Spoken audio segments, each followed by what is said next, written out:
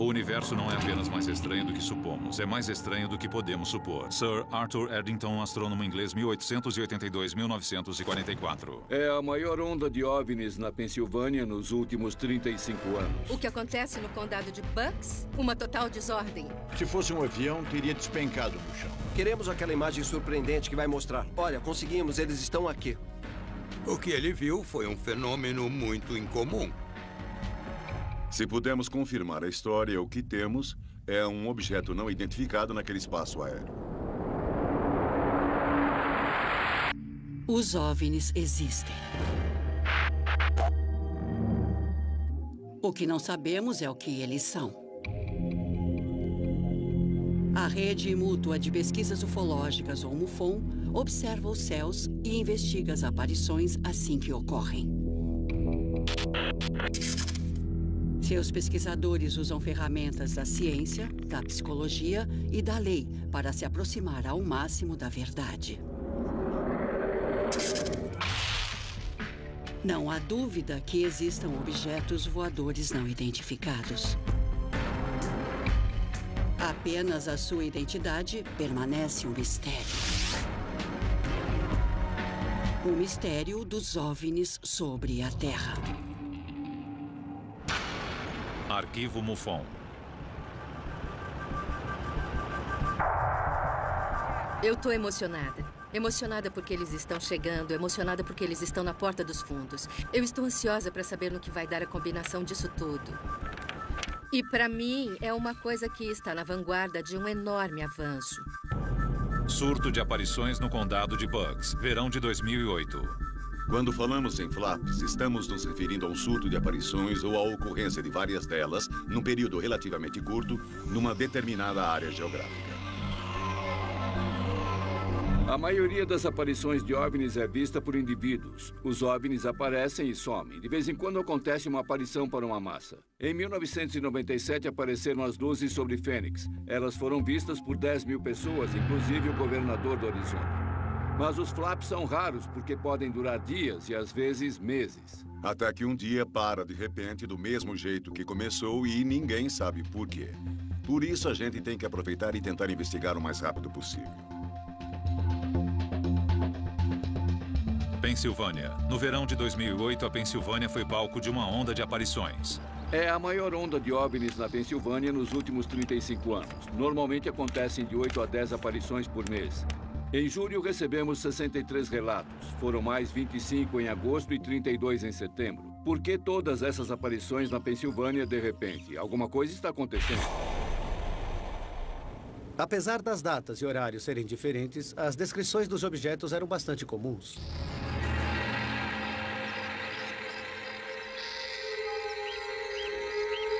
A atividade que estamos investigando agora é cerca de 7 vezes maior do que o normal. Reunimos as informações e mapeamos todas as aparições.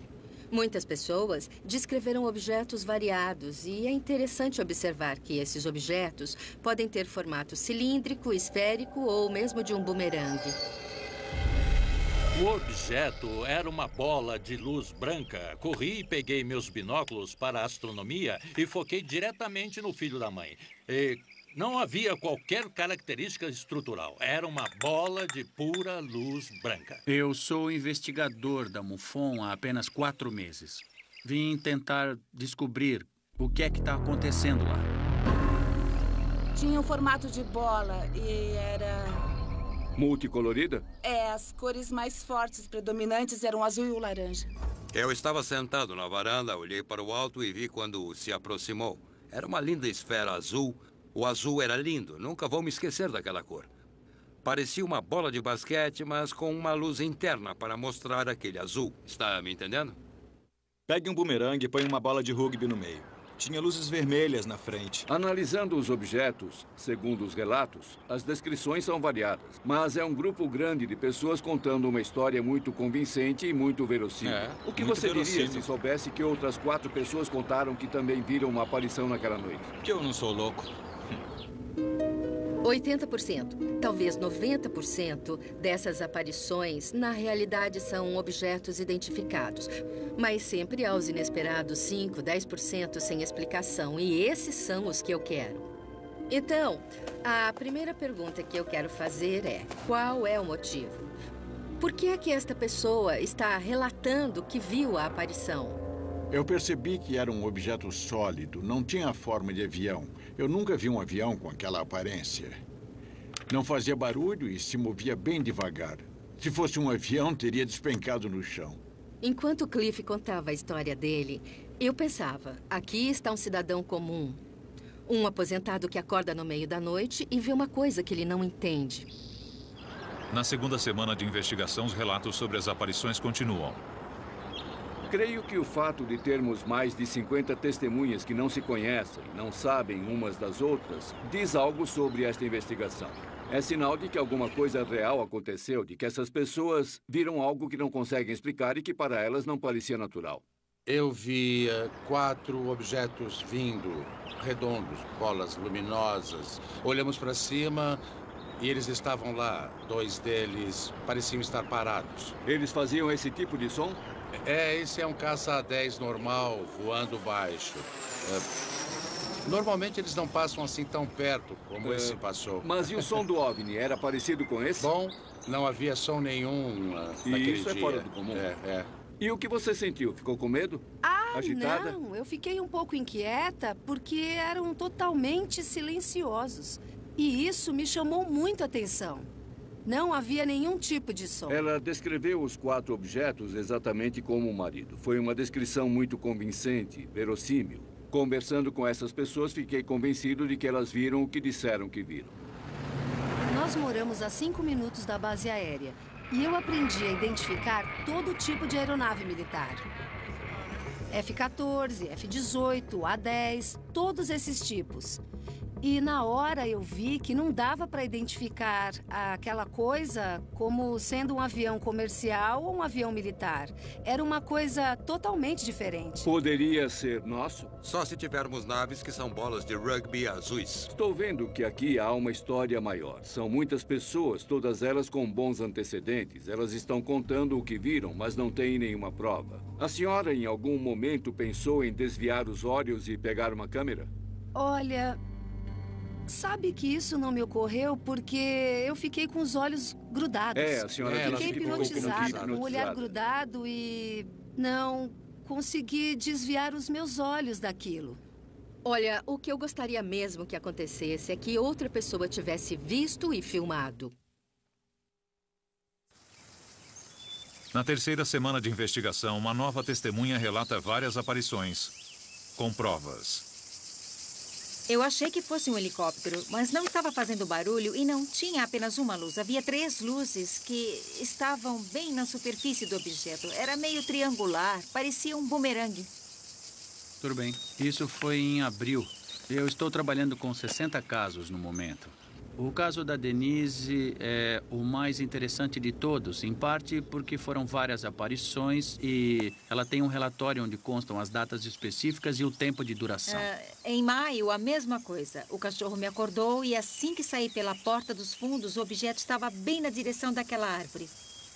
Na vez seguinte, acho que foi em junho, estava exatamente no mesmo lugar outra vez. Parece que está sempre nesses 2 pontos quando eu saio. Eu vi no seu relatório que você mencionou um cone de luz que voltou. Isso mesmo. Eu vi um brilho que estava descendo do objeto para esta árvore e também para aquela. Parecia purpurina. E achei aquilo muito estranho. E pensei, eu não vou contar isso para ninguém. E logo depois eu vi a purpurina saindo da árvore e voltando para a nave. Ela nos contou o episódio de um chuvisco metálico que desceu até o seu quintal. Achei aquilo um pouco difícil de acreditar. Mas pesquisando, encontramos um caso de 1999 no México relatando exatamente a mesma coisa. Era prateado, brilhava e esta árvore ficou cheia. Parecia quase uma iluminação de Natal. Um pouquinho aqui nas folhas externas. Tenho um contador Geiger portátil e resolvi procurar traços do material. Quando coloquei nos galhos mais internos da árvore, não obtive nenhuma leitura. Mas na parte externa, no perímetro, nas folhas superiores, ele começou a dar sinais. Eu pensei, uau, isso é uma prova que podemos usar. Cada caso é um processo, passamos por todo o processo investigativo. Colhemos amostras do solo, colhemos amostras da vegetação, depois juntamos as peças do quebra-cabeças para ver o que aconteceu. Vamos registrar o resumo do caso, a data e o local. Vamos enviar para análise e ver se há alguma coisa que não é deste mundo. Os testes levam 3 semanas. Isso levou o caso a outro patamar, a um outro nível de avaliação. E então soubemos que a Denise tinha imagens. Ela tirou fotos. 20 de abril de 2008. 7 de julho de 2008. 16 de julho de 2008. O caso de Denise se tornou muito importante. Condado de Bucks, Pensilvânia. Várias aparições de OVNIs. Eu olhei para o alto e vi se aproximar. Era uma linda esfera azul. Estávamos bem aqui e ele estava voando para lá. Não tinham uma luz, eram 3 luzes que ficavam na superfície. A investigação de Denise era algo pelo que realmente torcíamos, porque havia muitas evidências mostrando que algo de fato havia acontecido. Oi, Denise. Oi, como vai? Tudo bem. Este é o Tim e Olá, esse é o Mark. prazer.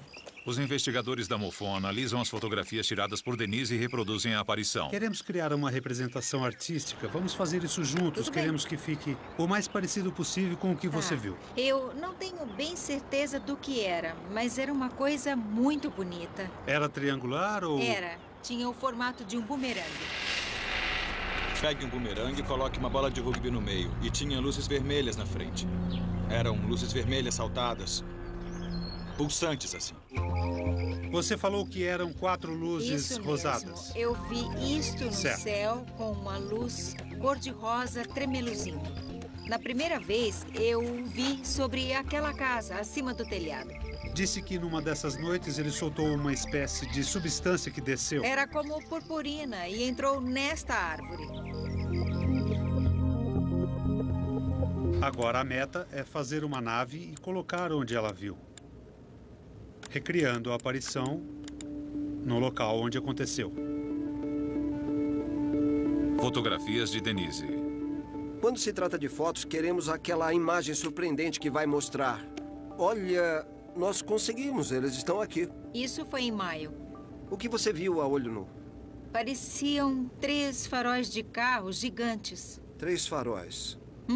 3 faróis gigantes. Geralmente é o que eu vejo primeiro. Eles apresentavam algum tipo de configuração de que você se lembra? Não. Era apenas um objeto redondo. A parte arredondada tinha os 3 faróis gigantes. Parecia a superfície plana de um objeto.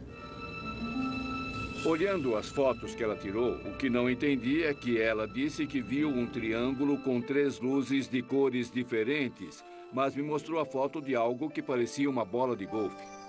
Essa discrepância precisa ser esclarecida. Essa primeira é a de 20 de abril de 2008.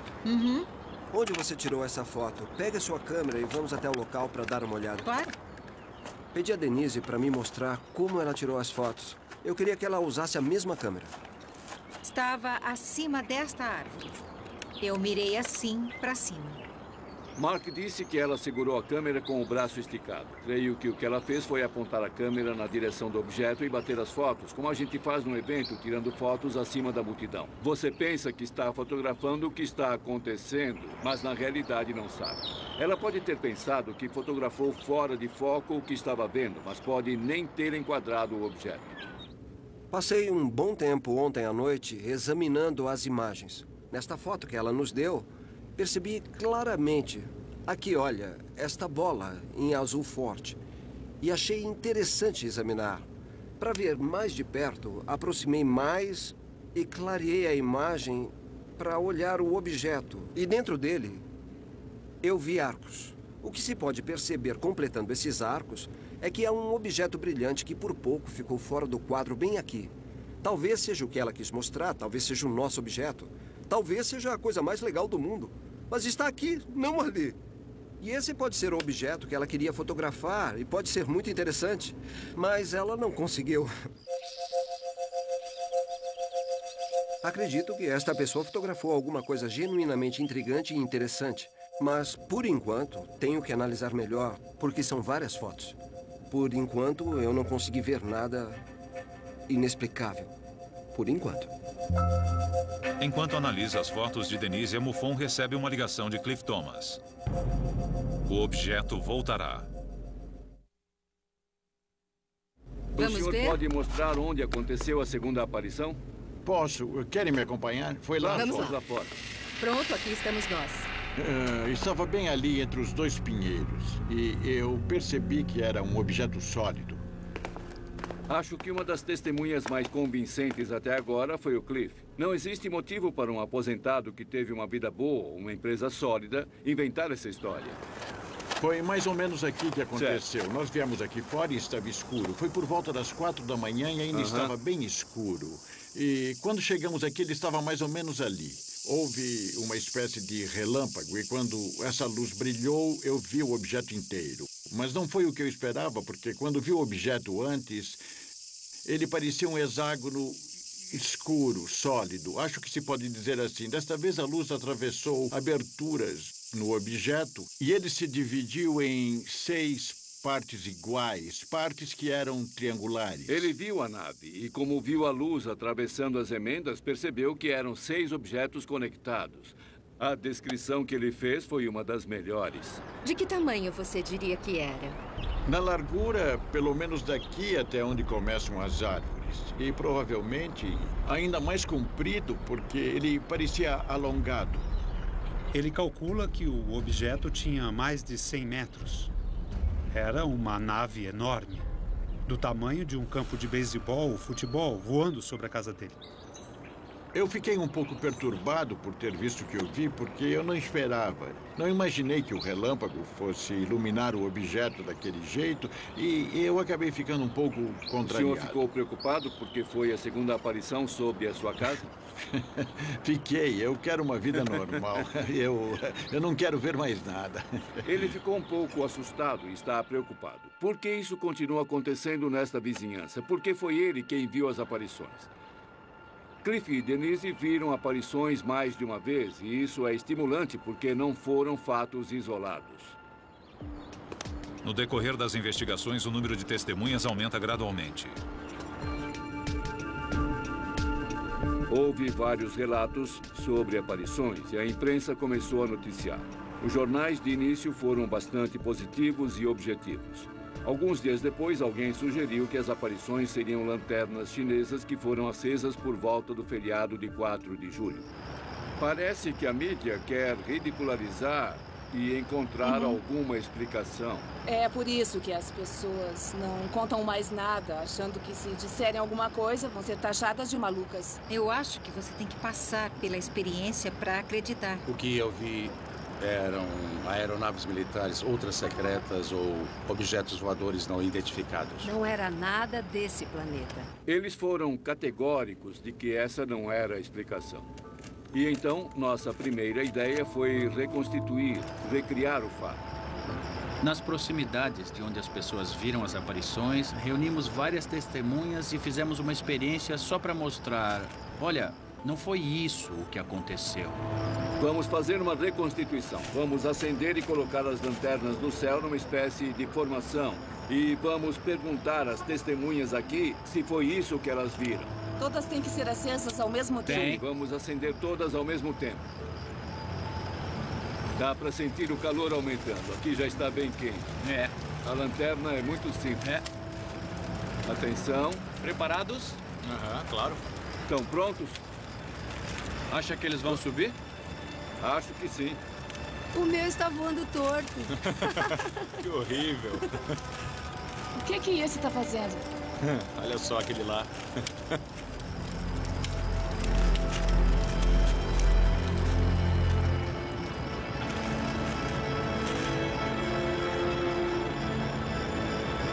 Foi isso que vocês viram? Quem acha que foi isso, levante a mão. É óbvio. Pois é. Exemplo de democracia. Foi totalmente diferente. As lanternas só deslizaram e foi meio sem graça. como uma vela no céu. Só isso? É. Se alguém juntasse várias lanternas, não ficaria parecido? Não, o que eu vi estava sozinho. O que nós vimos se movia separadamente. Eles subiram informações estranhas, com desenhos bem diferentes. Eu não acho realmente que seja isso que as pessoas viram, as lanternas chinesas, como a mídia afirmou. Os céticos dizem, bom, OVNIs não existem, são fogos de artifício. Eles dizem que são balões meteorológicos, lanternas chinesas, tudo falso. Isso, na realidade, é um insulto. É uma explicação tão idiota que ofende. Na zona rural do condado de Bucks, na Pensilvânia, várias testemunhas relatam aparições de OVNIs na primavera e verão de 2008. Ele chegou perto da minha casa, ficou vermelho rapidamente e... bem, então desapareceu. Estava voando em grande velocidade e se movia de lado. Foi bem ali. Aparições em massa como essas são raras. Este é um caso tão bom, temos tantas testemunhas e provas materiais, que chamei James Carrion, nosso diretor internacional, para convocar nossa equipe STAR, porque eu não queria deixar passar nada. A equipe STAR é um grupo de elite entre os investigadores da MUFON que pode ser convocado a qualquer momento mediante uma ocorrência importante envolvendo OVNIs. Vamos ver o vídeo de que eu falei. Esse caso é realmente incrível. São várias aparições. Os casos que têm qualquer tipo de evidência material são os que vamos investigar primeiro. Não estamos aqui para assumir a investigação. Viemos ajudar e fornecer apoio técnico e a nossa experiência. Quando membros da equipe STAR comparecem ao local, isso por si só já é um grande indicador de uma coisa um pouco diferente de um simples surto de aparições. A equipe STAR começa com Denise. Denise, quando você viu as luzes descendo, elas chegaram a uma certa altura e depois foram sugadas de Isso. volta? Ou alguma delas chegou ao chão e depois foi sugada? Não. Nenhuma delas chegou até o chão.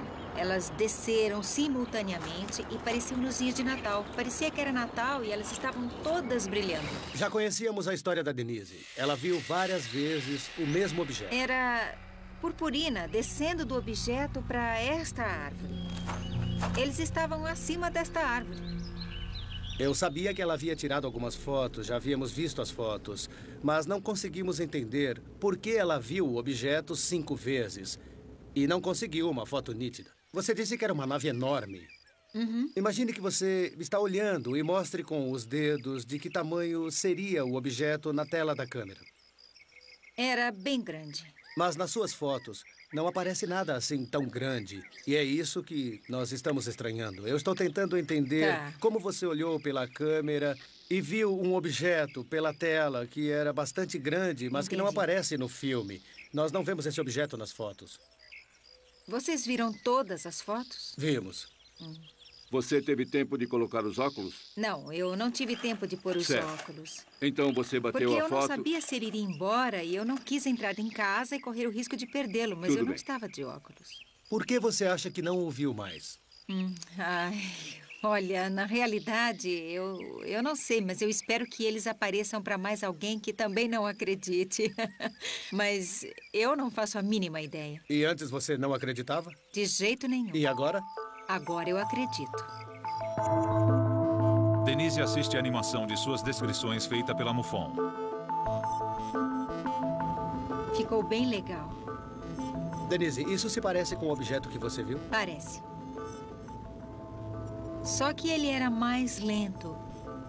Ele se mexia de um jeito mais irregular. O que você quer dizer com irregular? Quando atravessava o céu, ele parecia que ia alternando. Você está querendo dizer que na nossa ilustração a trajetória está muito suave. Isso. Seria mais um zigue-zague? É. Agora vamos ver o chuvisco de luz.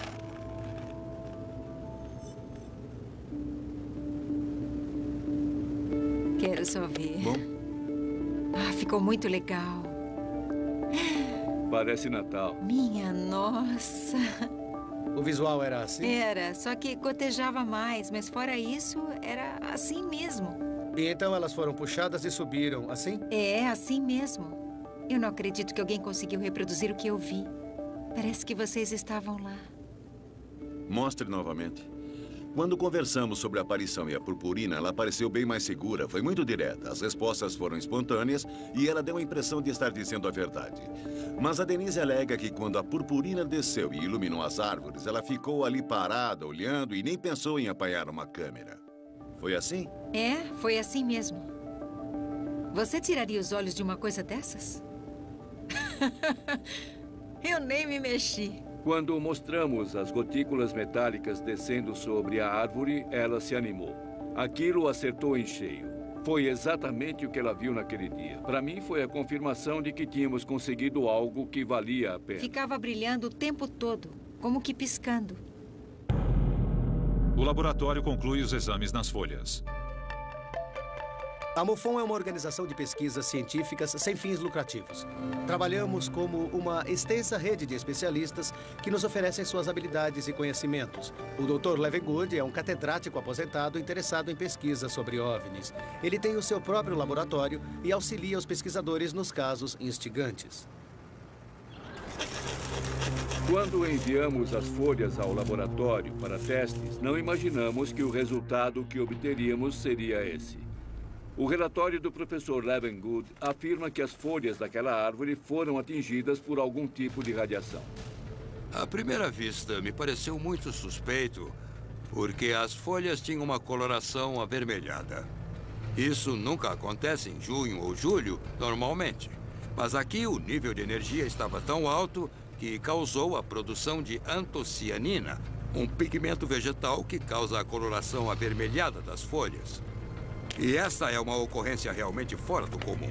A energia não só produziu esta região de tonalidade creme, como surgiram pequenas bolhas onde as micro-ondas aqueceram o citoplasma com uma rapidez jamais vista por mim. Isso tudo aconteceu em questão de milionésimos de segundo. A Denise viu um fenômeno muito extraordinário. Outra coisa óbvia ocorreu com estas folhas. Observe o formato de coração. Isto é extremamente fora do normal. É o que se chama de mutação somática. Estas são as folhas de formato normal, aqui embaixo. Elas terminam em ponta, portanto, há uma diferença. Por quê? Porque a energia das micro-ondas atingiu a ponta das folhas e não matou as células, mas desacelerou muito o seu ritmo de crescimento. Acho que não podemos negar o fato de que alguma região do céu deixou passar uma energia que causou essas mudanças nas folhas. Ele encontrou algo que nunca viu antes. As folhas novas sofreram uma mutação. São mudanças que não ocorreriam a menos que elas tivessem entrado em contato com micro-ondas. Não acredito que a Denise tenha levado micro-ondas para o quintal e colocado os galhos dentro dele. Mesmo assim, a MUFON continua cética e procura outro laboratório para análises complementares. Enquanto isso, surgem novos detalhes de uma antiga aparição. Aparições de OVNIs no verão de 2008 levam a equipe STAR da MUFON ao condado de Bucks, na Pensilvânia. Aqueles dois pinheiros e... Eles se concentraram na testemunha que viu o mesmo objeto em duas ocasiões diferentes. Mais ou menos ali. A descrição que Cliff fez do OVNI é provavelmente uma das mais detalhadas que já vi.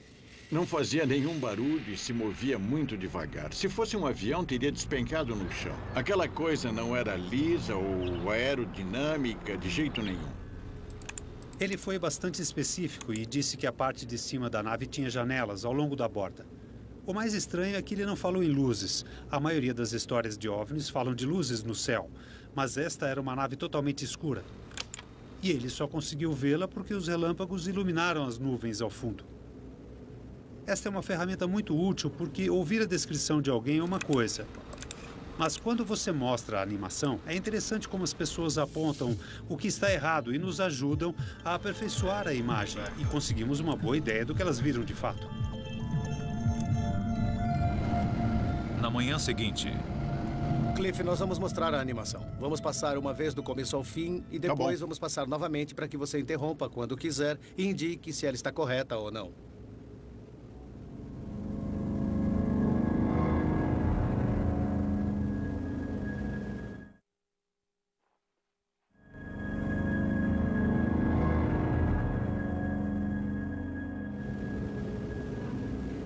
Suas primeiras impressões. Olha, está bastante realista, mas é liso demais nas laterais, pelo que eu pude ver. Não era exatamente assim. E se você quer a perspectiva de como eu vi, ele não estava indo nessa direção, estava se afastando de mim. E aqui embaixo, definitivamente... Era mais ou menos como uma pizza cortada em 6 pedaços. Era mais denso na parte de baixo?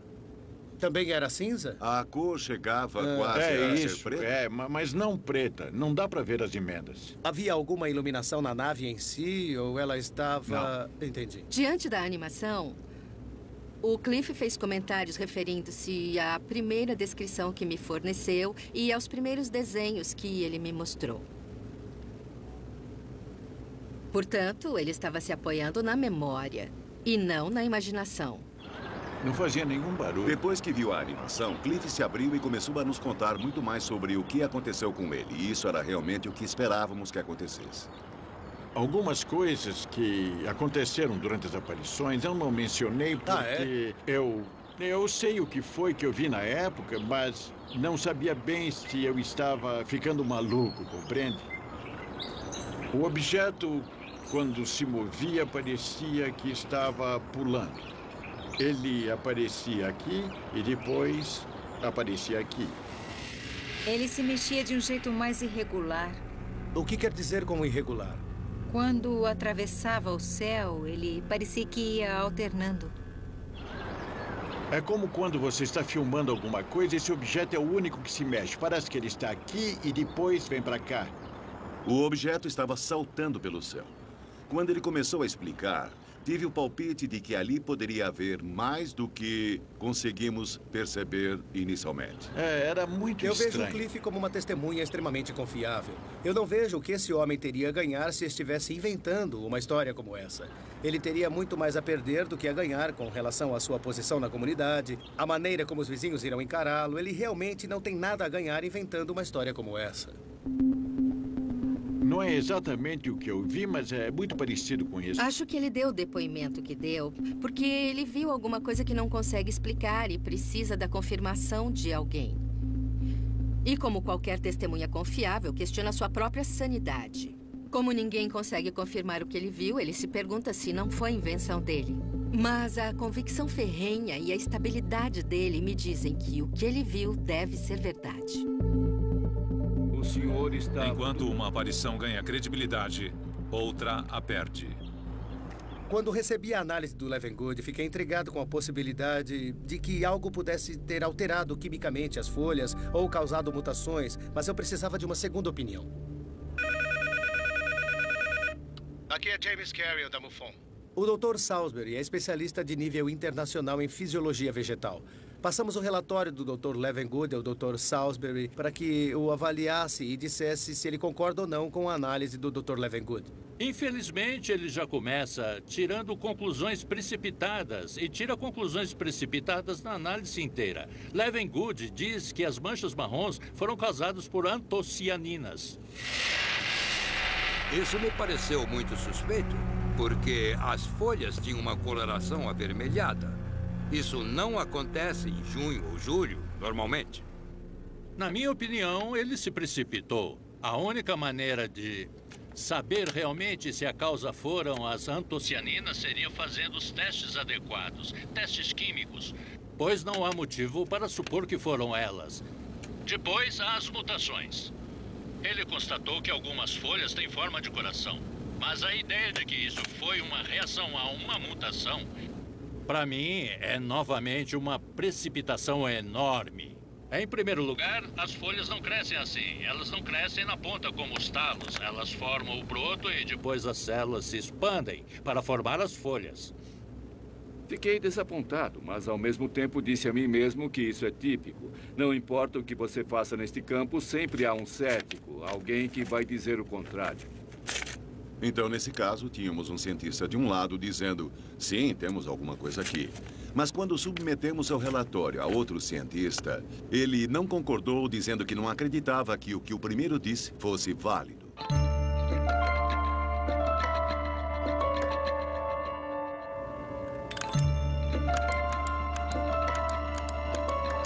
Várias dessas fotos são interessantes. Vamos olhar esta aqui. Pelo que eu sei, essa imagem, segundo o que foi dito aos investigadores, é uma representação bem direta do que ela viu naquela noite. O que você acha? Olhando essa foto, nós vemos o que parece a imagem de um borrão luminoso. Mas nós temos isso e aquilo ali. Aqui vemos a imagem mais clara. Temos que identificar o que é. E também o que é isso aqui. O que é isso?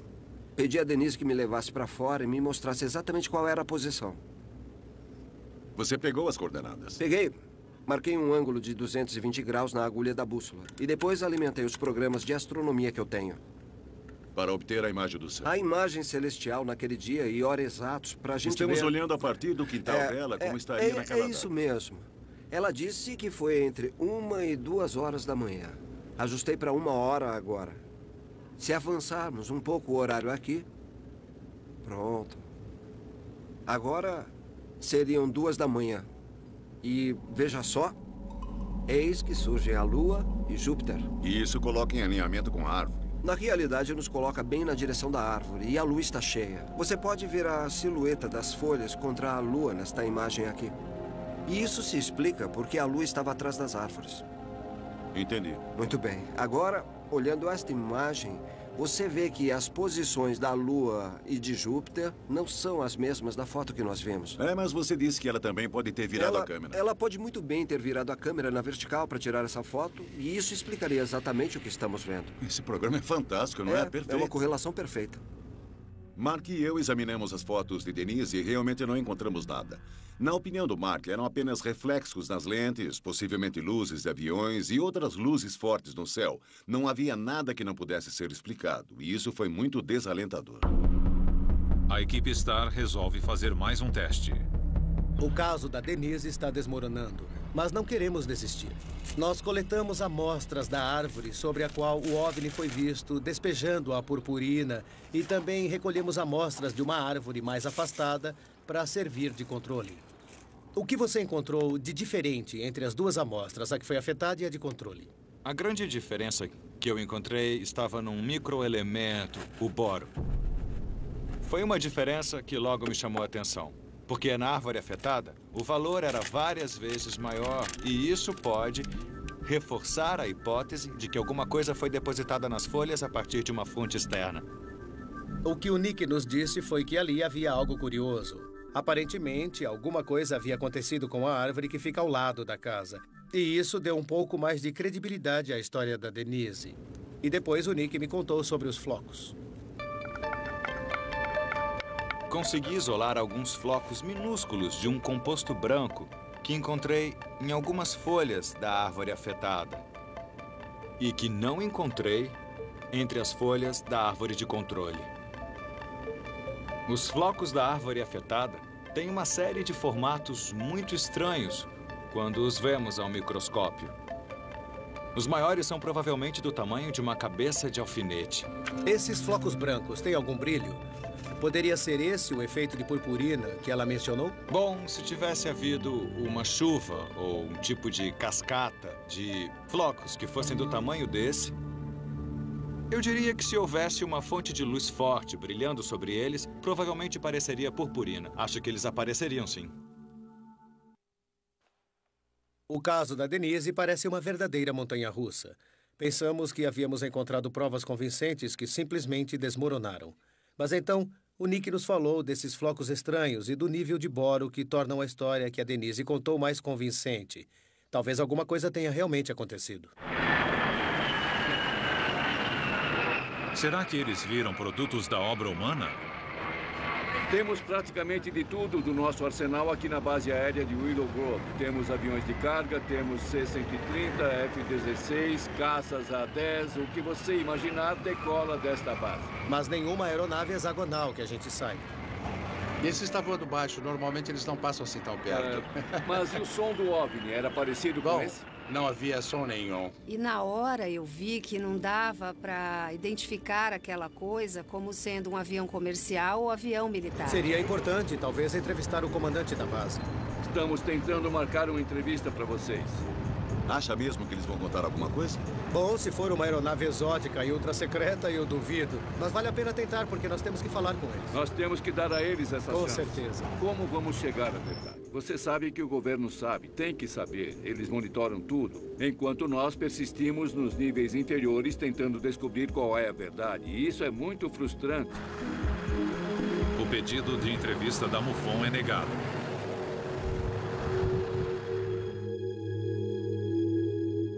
A investigação volta para mostrar a Denise a animação revisada. As fotografias realmente não ajudaram. Elas prejudicaram mais que qualquer coisa. E eu estava tentando esclarecer para mim mesmo o que foi que ela realmente viu de tudo aquilo.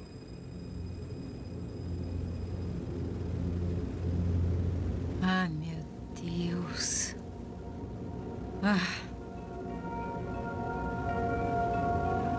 É sinistro.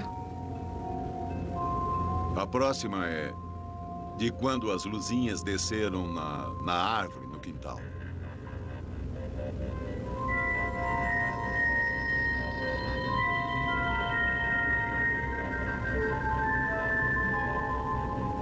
É isso. Foi exatamente o que eu vi naquela noite. Está bem próximo? Está sim. Foi isso mesmo. Foi exatamente desse jeito. Que bom. O que realmente chamou minha atenção foi que ela se emocionou muito quando viu. Foi como se ela tivesse voltado àquela noite. E por causa disso, comecei a acreditar no que ela estava me contando. O último encontro dos investigadores é com Cliff. Procuramos ajustar para que ficasse o mais parecido possível com o que você viu.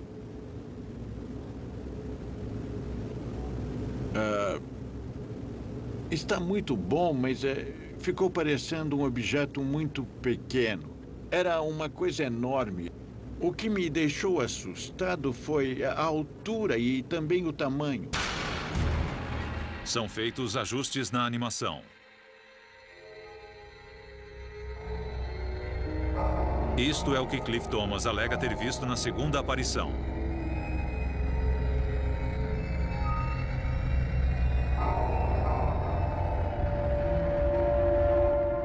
Cheguei até aqui e não vou voltar atrás agora. A MUFON não encontrou ninguém que corroborasse as duas aparições vistas por Cliff. E então, eles encontram uma oportunidade. Fui ao aeroporto internacional da Filadélfia e consegui ver os registros do radar. Houve alguma coisa que apareceu no radar sem um código de transponder. E o horário em que apareceu, o período e a data correspondem à aparição que o Cliff viu. O transponder é um aparelho. Ele faz parte do equipamento de rádio do avião. Em resumo, ele transmite um número de código para o radar do controlador de voo. Quando eles transmitem esse número, ele aparece como ponto na tela do radar, mostrando sua identificação. Passar por um espaço aéreo congestionado como o da Filadélfia sem o transponder seria como dirigir um carro na contramão numa rodovia interestadual à noite e com os faróis apagados. Essa nave desceu vindo na direção oeste, deu a volta, fazendo um retorno e seguiu na direção de Nova York. Se pudermos confirmar a história que conseguimos desse indivíduo no controle de tráfego aéreo da Filadélfia, então o que temos é um objeto não identificado naquele espaço aéreo. As autoridades ainda não confirmaram oficialmente esse incidente no radar.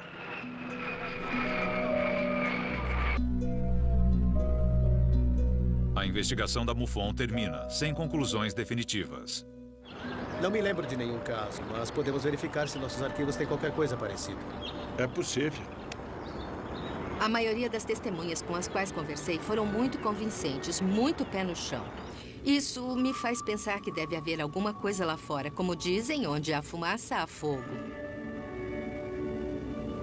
Acredito que o que temos que fazer é continuar perguntando, continuar investigando, para que as pessoas saibam que podem se manifestar e contar o que viram, porque nós vamos acabar encontrando uma resposta.